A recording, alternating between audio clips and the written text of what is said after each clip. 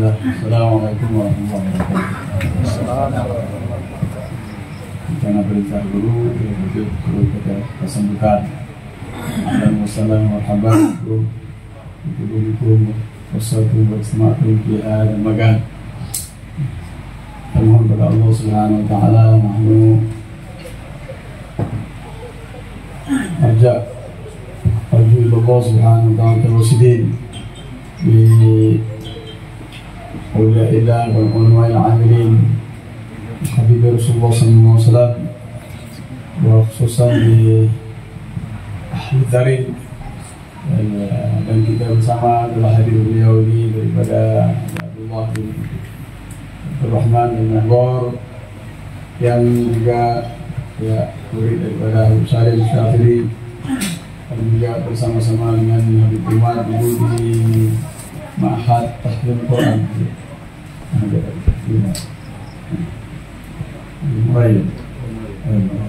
Sama Quran situ. Dan kita telah kedatangan beliau, alhamdulillah berkah kita semuanya insyaallah subhanahu wa taala. Dan perlu kita ketahui hadirnya beliau tidaklah serta-merta kebetulan, tapi sudah maktub indallah subhanahu wa taala di lahu mahfuz, dari kita oleh Allah subhanahu wa taala bahwa kita pada malam ini, pada detik ini, jam di sini, tempatnya di sini dengan nama pesantren ya Manarul Ma'arif. Ya alhamdulillah ini sudah merupakan fadlu min Allah ya, sehingga maka pertemuan ini janganlah kita sia-siakan, maka kita hadir hati kita Allah dan Rasulullah sallallahu alaihi wasallam, dan mendapatkan daripada nasihat daripada beliau, pandangan nazar, disebut nazar sering kita di pesantren ya, yaitu pandangan orang saleh ini, pandangan dengan hati ya, maka kita mengharapkan itu bagaimana karena itu turunnya juga pesan dari Rasulullah sallallahu alaihi wasallam agar kita sini dengan penuh ya khusyuk kepada Allah Subhanahu wa taala, mendapatkan daripada cahaya ilmu, cahaya adab, cahaya Muhammadullah Rasulullah sallallahu alaihi wasallam. Demikianlah kita sambutkan berbeda kepada beliau. Assalamualaikum warahmatullahi wabarakatuh. Assalamualaikum.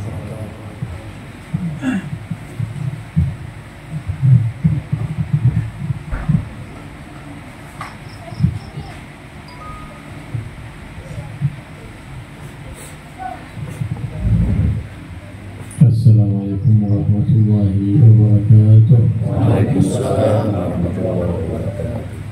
Alhamdulillah,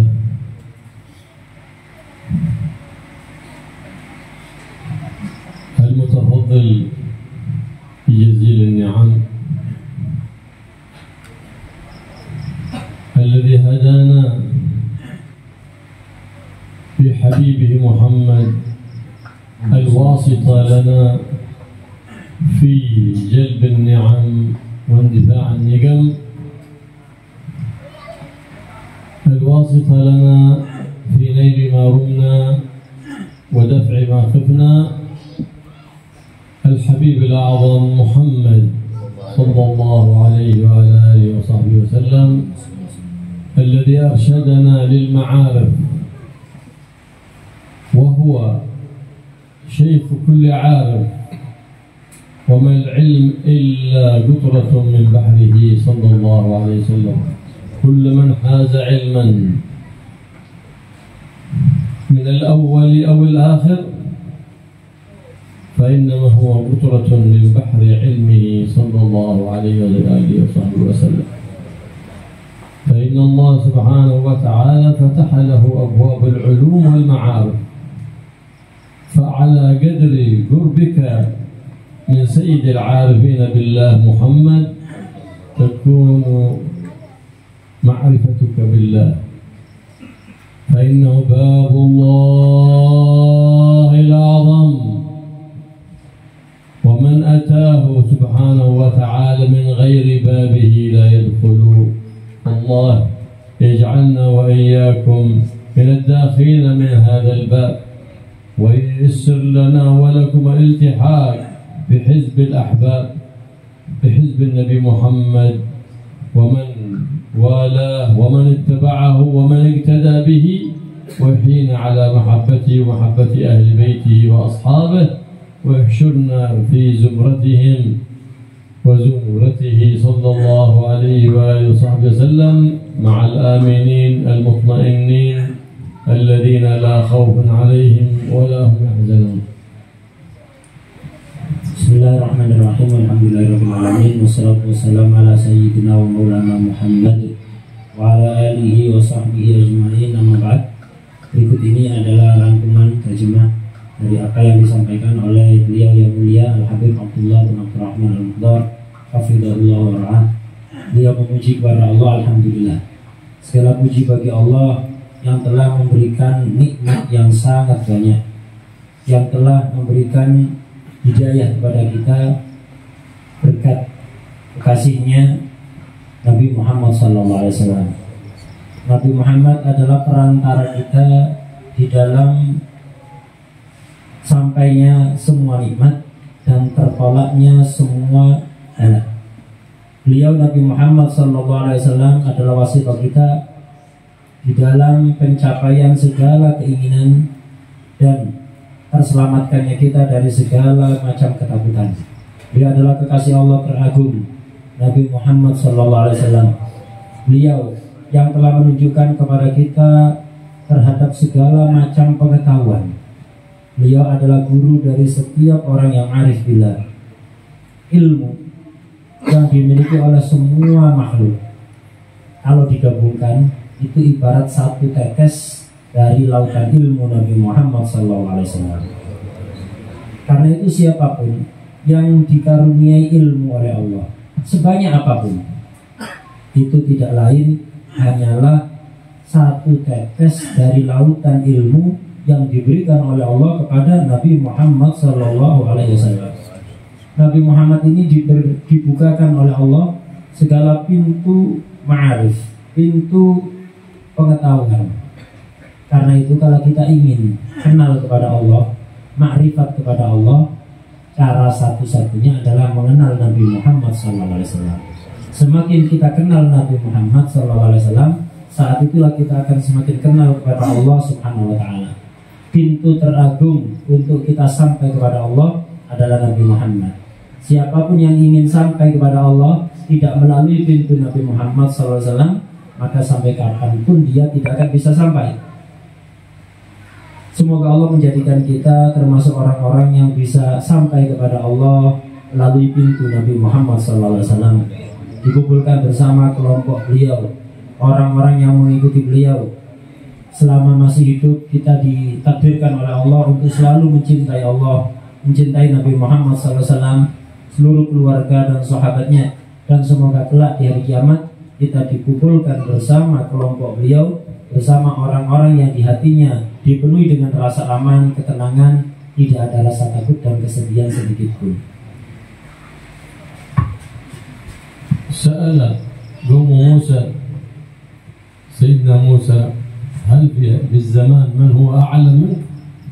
فقال لا، لأنه كلم الله فهو أعرف الخالق بالله في زمانه،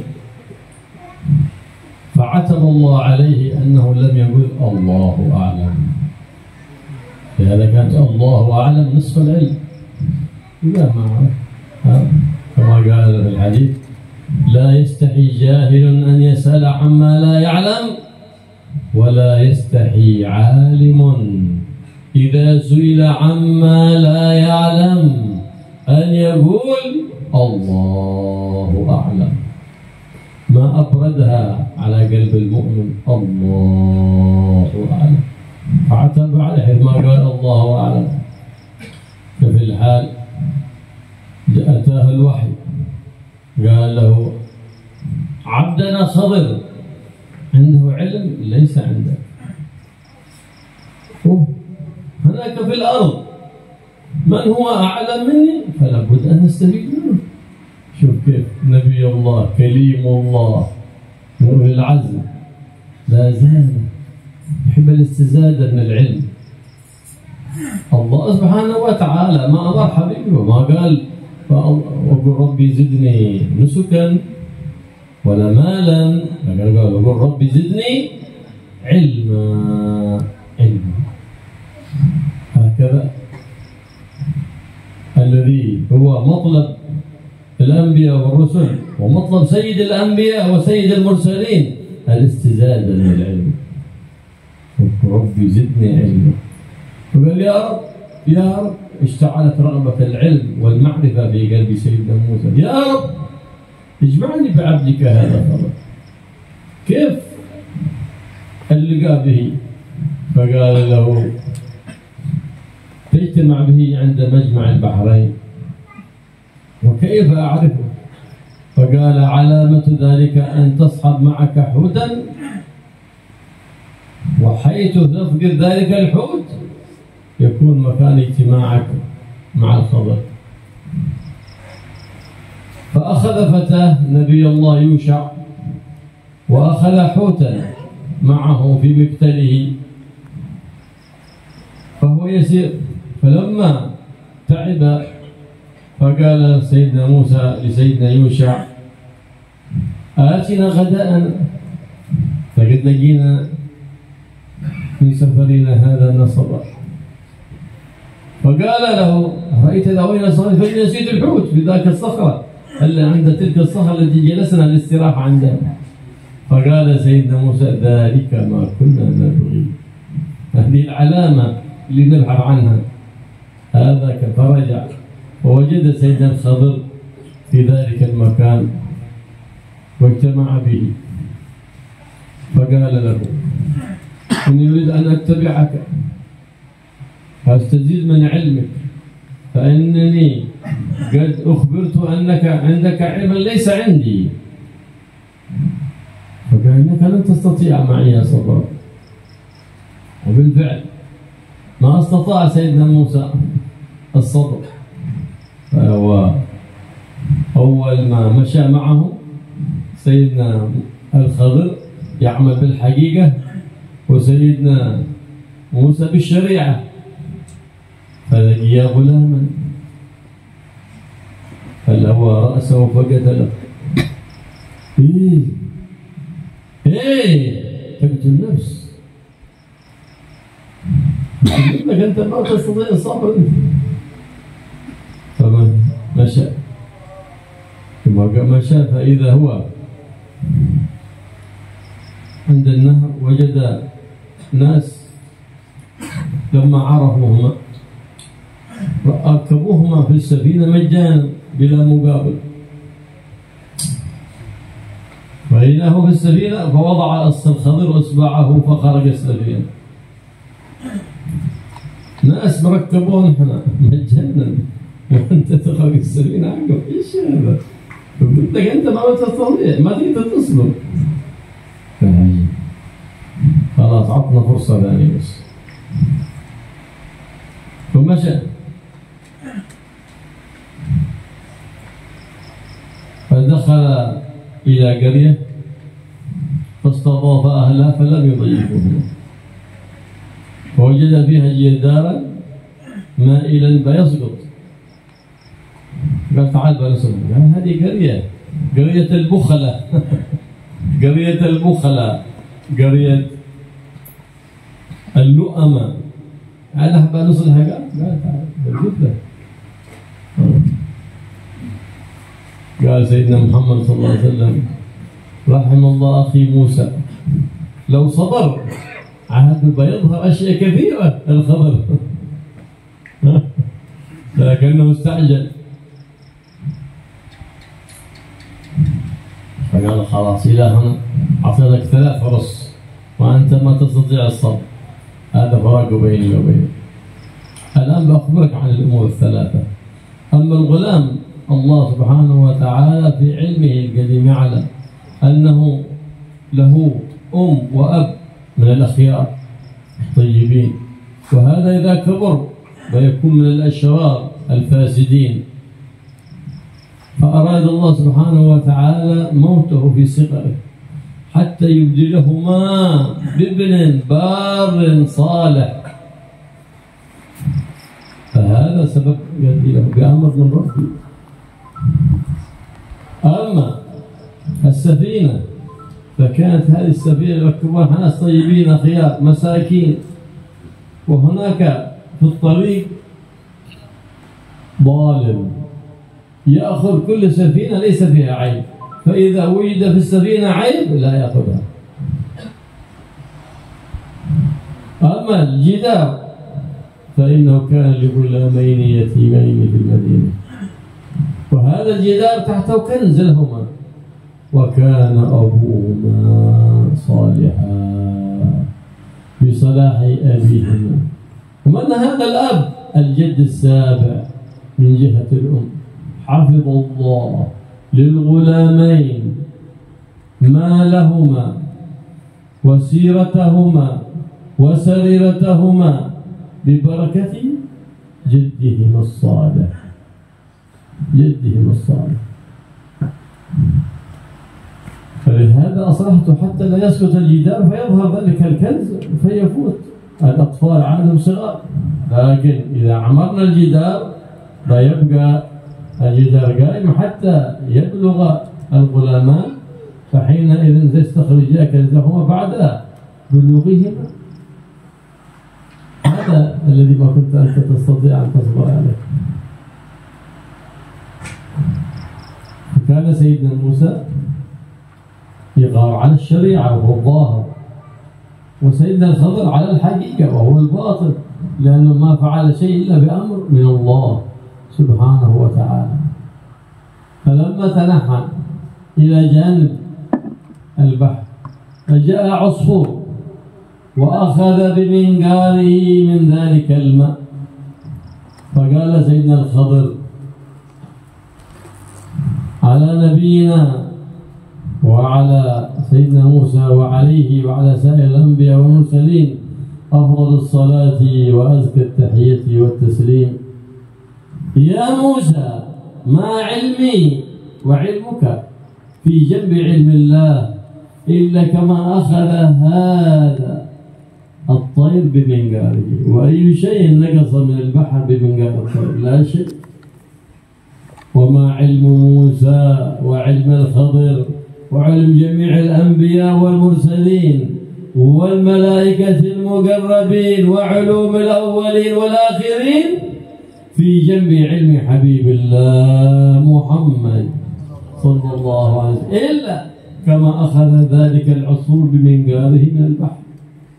صلى الله على سيدنا مولانا محمد سيد العالمين سيد العارفين سيد المتقين سيد المحبوبين سيد المقربين عند رب العالمين سبحانه وتعالى، صلى الله عليه وعلى آله وصحبه ومن والاه.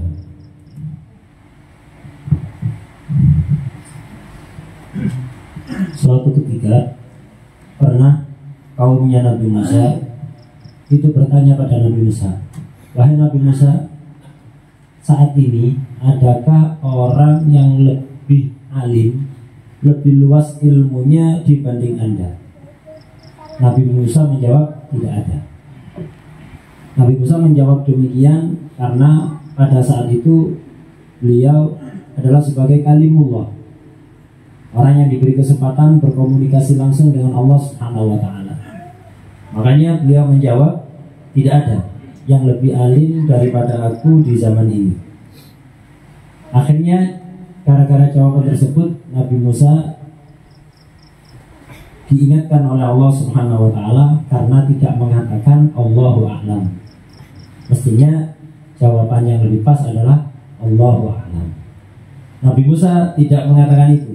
Akhirnya diingatkan oleh Allah Subhanahu wa Ta'ala. Dan hendaknya demikianlah kita.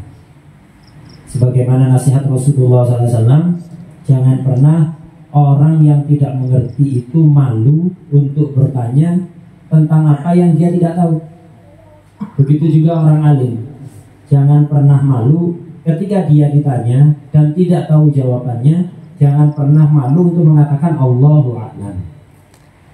Nah, Allah a'lam ini harus sering kita katakan ketika kita ditanya tentang sesuatu yang kita tidak tahu persis jawabannya.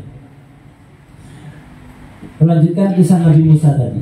Allah mengingatkan Nabi Musa gara-gara tidak mengatakan Allahu a'lam. Akhirnya Allah memberikan wahyu pada Nabi Musa dan Allah mengatakan, wahai Musa, aku memiliki seorang hamba bernama Al-Khadir.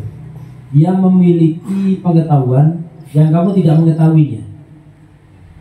Nabi Musa yang tentunya jauh lebih mulia dibanding Al-Khadir, ketika mendengar ada orang yang memiliki ilmu, sebagian ilmu yang tidak dimiliki oleh Nabi Musa tumbuh semangat untuk belajar dari orang tersebut. Nah, padahal kita tahu siapa Nabi Musa. Beliau adalah seorang nabi, seorang rasul yang pilihan. Tapi ketika Allah memberitahu bahwa ada orang yang memiliki ilmu yang tidak dimiliki oleh Nabi Musa, tumbuh semangat di hati beliau untuk belajar. Nah, dan demikianlah semestinya kita. Kita itu jangan pernah puas dengan ilmu kita, seluas apapun ilmu kita. Walaupun ilmu kita sangat luas, kemudian kita mendengar orang lain yang ilmunya di bawah kita, tapi dia memiliki ilmu yang tidak kita miliki, kita mestinya belajar. Seperti yang dicontohkan oleh Nabi Musa. Ilmu Nabi Musa lebih banyak, tapi Al-Khadir punya satu ilmu yang tidak dimiliki oleh Nabi Musa. Nabi Musa kepingin, bahkan minta kepada Allah untuk bisa dipertemukan dengan Al-Khadir. Untuk apa? Menambah ilmunya. Dan demikianlah yang diperintahkan oleh Allah kepada Rasulullah SAW. Allah berfirman, waqul rabbi zidni ilma. Katakanlah wahai kekasihku, ya Rabb, tambahkanlah untukku ilmu. Allah tidak memerintahkan Nabi Muhammad untuk minta tambahan amal, untuk minta tambahan ibadah, tapi minta tambahan ilmu. Dan itu yang diminta oleh semua nabi dan semua rasul. Selalu minta untuk diberi tambahan ilmu. Karena itu jangan pernah merasa puas dengan ilmu yang kita miliki. Akhirnya Nabi Musa minta, ya Rabb, pertemukan aku dengan Al-Khadir. Bagaimana caranya? Aku siap melakukannya. Aku ingin menambah ilmuku. Akhirnya Allah memberitahu Nabi Musa, kamu nanti akan bertemu dengan Al-Khadir di suatu tempat yang disebut dengan Majma'ul Bahrain, tempat pertemuan dua laut. Kamu nanti akan bertemu di satu tempat ketika ada satu tanda. Apa tandanya? Kamu nanti pergilah ke suatu tempat, bawa ikan. Nanti kalau ikan itu hilang, nah disitulah kamu akan ketemu Al-Khadir. Akhirnya Nabi Musa berangkat mengajak salah satu muridnya, yaitu Nabi Yusha. Diajak dan disuruh membawa ikan, seekor ikan dibawa, kemudian beristirahat di satu tempat, ada batu besar di situ. Beristirahat di satu tempat karena capek, lelah. Kemudian setelah itu melanjutkan perjalanan.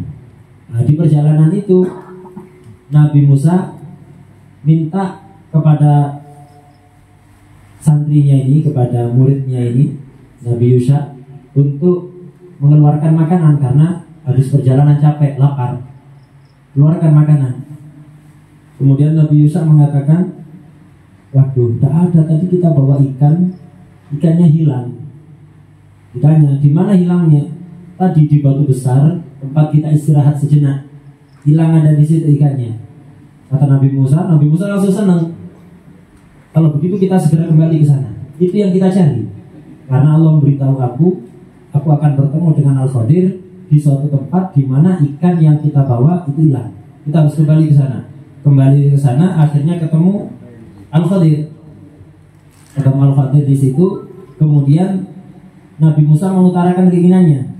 Aku ingin bertemu engkau karena ingin belajar dari ilmu yang engkau miliki dan tidak aku miliki.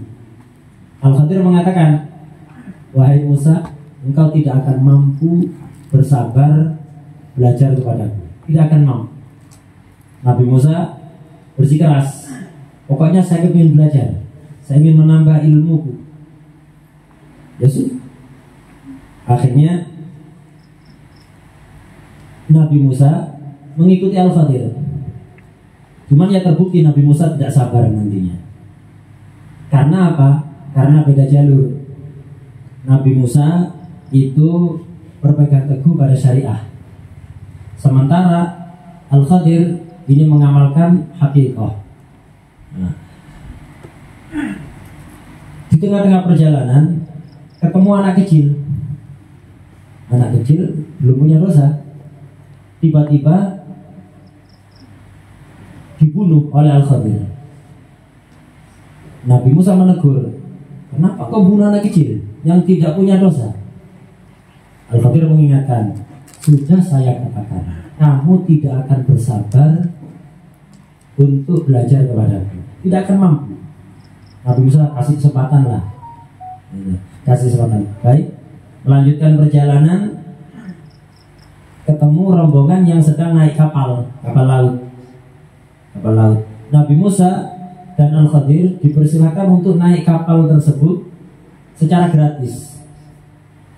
Tiba-tiba Al-Khadir melobangi perahu tadi, sudah dinaikkan kapal secara gratis, habis itu merusak kapal tadi, dilobangi. Nabi Musa kembali menegur, kenapa engkau ini dikasih tumpangan gratis, di atas kapal malah kapalnya kamu rusak? Al-Khadir mengatakan kembali, sudah saya peringatkan, engkau tidak akan sabar mengikuti aku. Akhirnya Nabi Musa minta kesempatan satu kali lagi, yang ketiga. Lakukan perjalanan sampai pada satu kampung.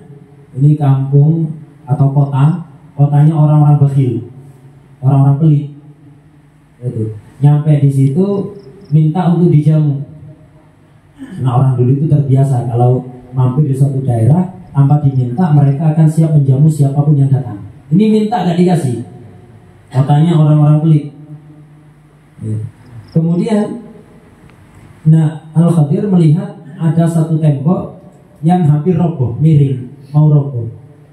Al-Khadir mengajak Nabi Musa, ayo Musa, kita benarkan tembok ini biar gak roboh.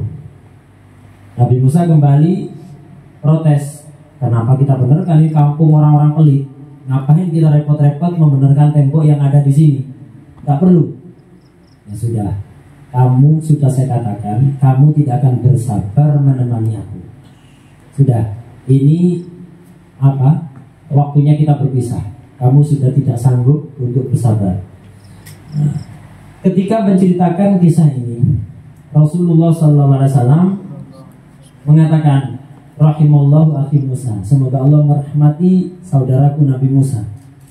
Seandainya dia sabar, tentu Al-Khadir akan menampakkan banyak sekali hal yang di luar nalar manusia. Tapi Nabi Musa tidak bersabar, terburu-buru. Kenapa? Karena Nabi Musa berpegang teguh pada syariah. Makanya beliau tidak sabar. Kemudian setelah Nabi Musa sudah tidak sabar dan Al-Khadir sudah mengatakan ini waktunya kita berpisah, Al-Khadir baru menjelaskan tentang rahasia di balik apa yang beliau lakukan. Pertama, kenapa anak kecil yang tidak punya dosa tadi tiba-tiba dibunuh?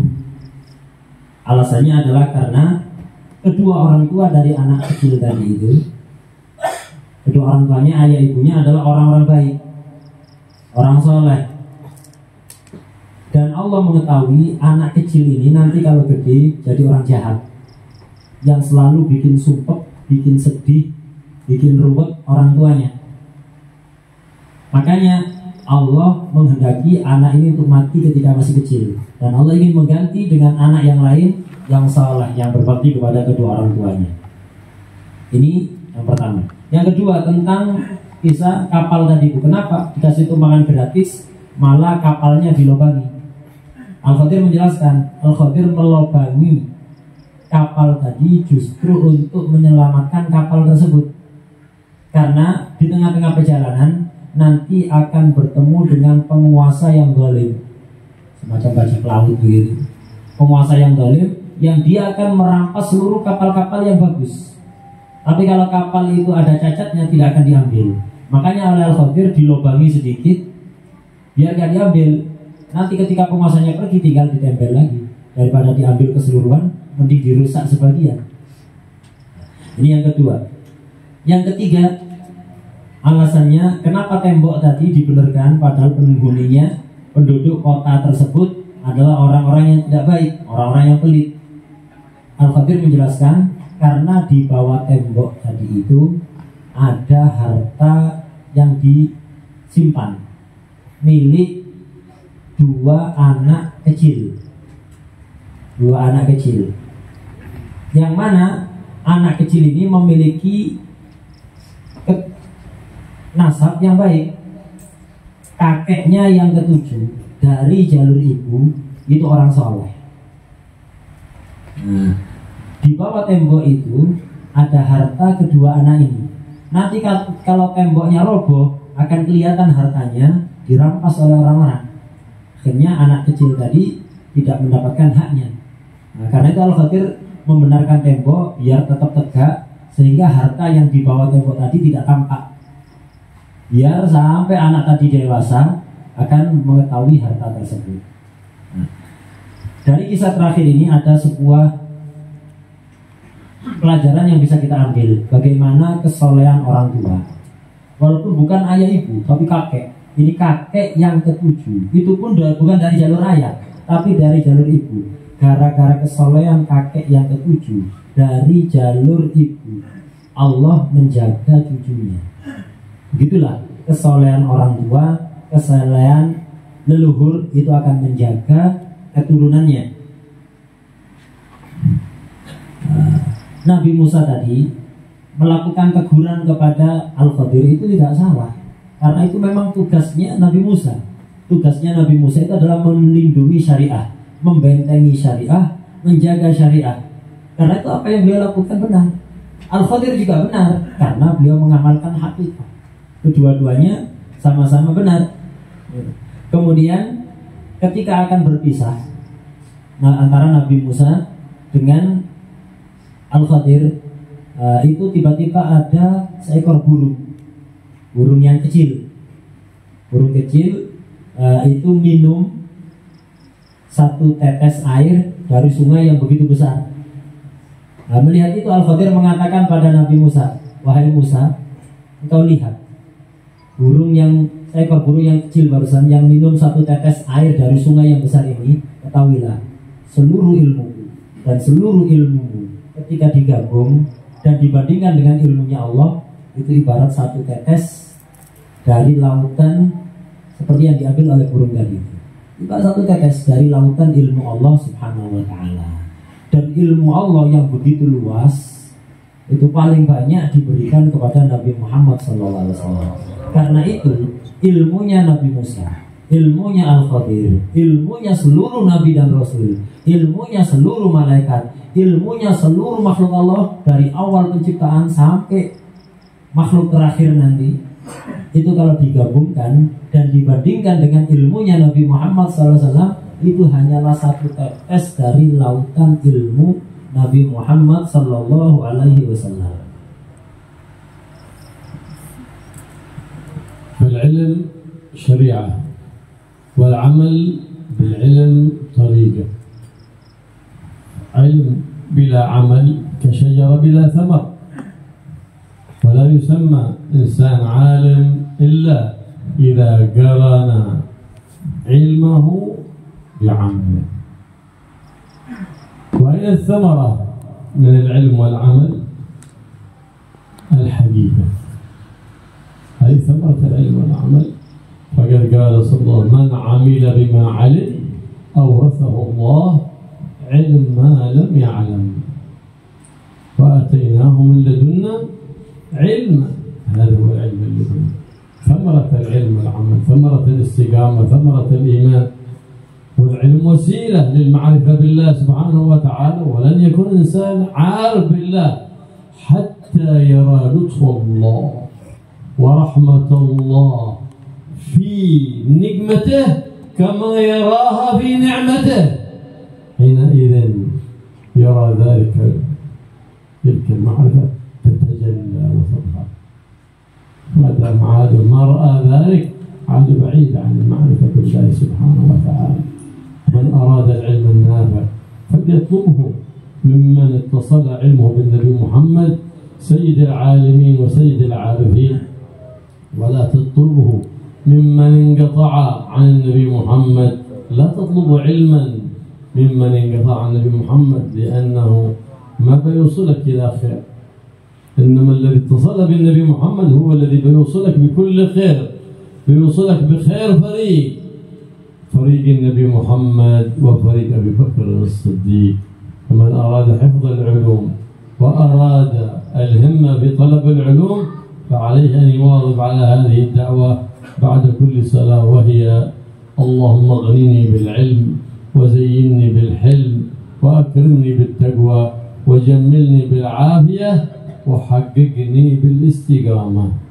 والله يملأ قلوبنا علما ويملأ قلوبنا حكمة ويجعلنا وإياكم من الذين يطلبون العلم ابتغاء مرضات الله ويطلبون رضا مولاهم على سنة حبيب الله ومصطفاه محمد بن عبد الله صلى الله عليه وعلى آله وصحبه وسلم، وييسر لنا الاتصال ومن يأخذ بيدنا ليوصلنا بخير فريق النبي محمد صلى الله عليه وآله وصحبه وسلم وفريق أبي بكر الصديق، لنكون في الدنيا آمنين مطمئنين، وفي يوم القيامة جوار سيد الآمنين وسيد المطمئنين سيدنا ومولانا محمد الرؤوف الرحيم صلى الله عليه وآله وصحبه وسلم.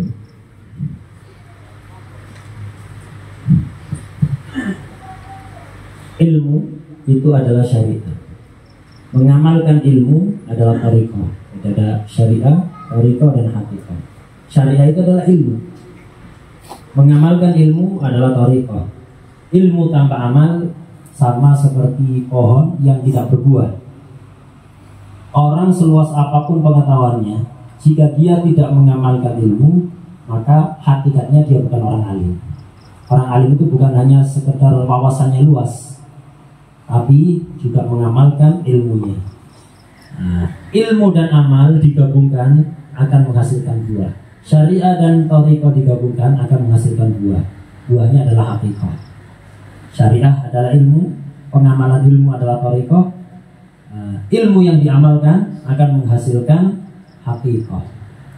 Rasulullah SAW bersabda dalam salah satu hadis, kurang lebih artinya siapa yang mengamalkan ilmu yang telah dia ketahui, maka Allah akan mengajari dia pengetahuan akan sesuatu yang belum dia ketahui. Akan diberi ilmu laduni. Wa atainahu min ladunna ilma. Akan diberi ilmu laduni langsung dari Allah tanpa perantara. Kapan? Ketika kita mau mengamalkan ilmu yang sudah kita pelajari. Ilmu ini bukan tujuan.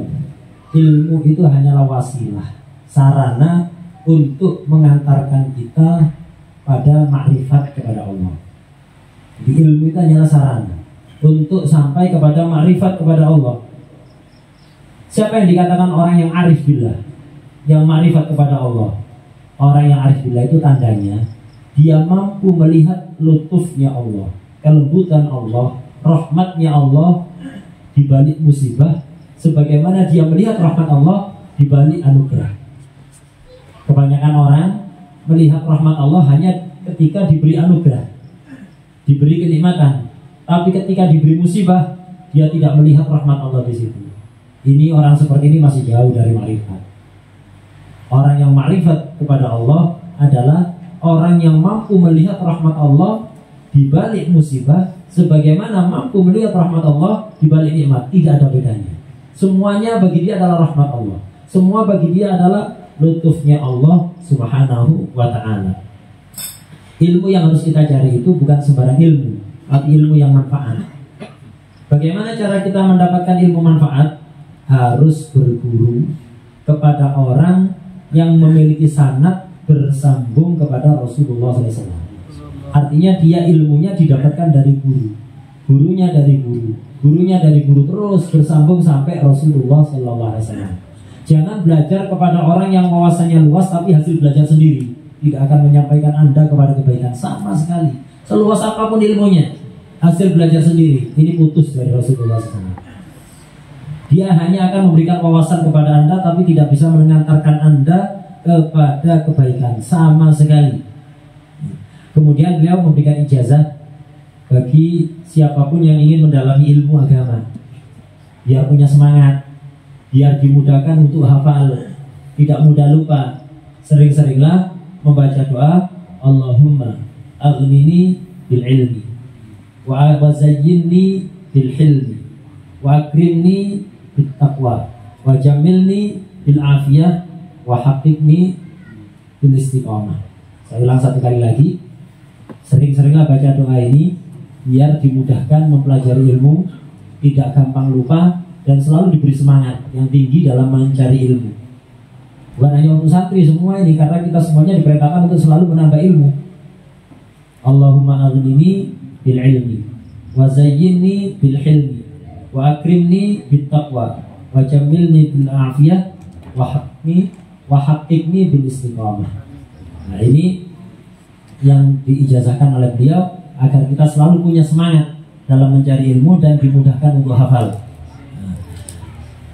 Kemudian beliau berdoa semoga Allah memenuhi hati kita dengan ilmu, dengan hikmah, dan selalu dijadikan orang-orang yang selalu mencari ilmu karena mencari ridha Allah Subhanahu wa taala, dan dijadikan orang-orang yang selalu menghidupkan sunnah-sunnah Rasulullah sallallahu alaihi wasallam. Dan semoga Allah memudahkan kita untuk tersambung kepada Rasulullah sallallahu alaihi wasallam, untuk sampai kepada Allah dan dipertemukan dengan orang-orang yang selalu menuntun kita agar kita mudah untuk bergabung dengan kelompok terbaik, yaitu kelompoknya Nabi Muhammad SAW dan kelompoknya Sayyidina Abu Bakar As-Siddiq radhiyallahu anhu, agar supaya kita selama hidup di dunia selalu merasa aman dan tenang, dan nanti di hari kiamat dikumpulkan bersama Rasulullah sallallahu alaihi wasallam. Allah yarzuqna wa iyyakum ilman nafi'an wa quluban khashi'ah wa arzaqan wasi'ah mu'ina ala ta'atillah wa ta'ati habibillah Mustafa Muhammad sallallahu alaihi wa ala alihi wa sahbihi wa sallam, wa yuwaffiqna wa iyyakum lil istiqamah ala ta'atillah wa yahfazna wa iyyakum min wujubatin nadama يوم القيامة ويغنى بالعلم ويزينا بالحلم ويكرمنا بالتقوى ويجملنا بالعافية ويحققنا بالاستقامة بجاه النبي محمد الذي جاءنا بمنهج السلامة، يسلمنا وإياكم والمسلمين ويلطف بنا والمسلمين ويرحمنا وإياكم والمسلمين ويفرج على المسلمين ويقضي دين المدينين ويغفر للأحياء وللميتين بجاه النبي محمد الرؤوف الرحيم صلى الله عليه وآله وصحبه وسلم، والحمد لله رب العالمين بسر الفاتحة.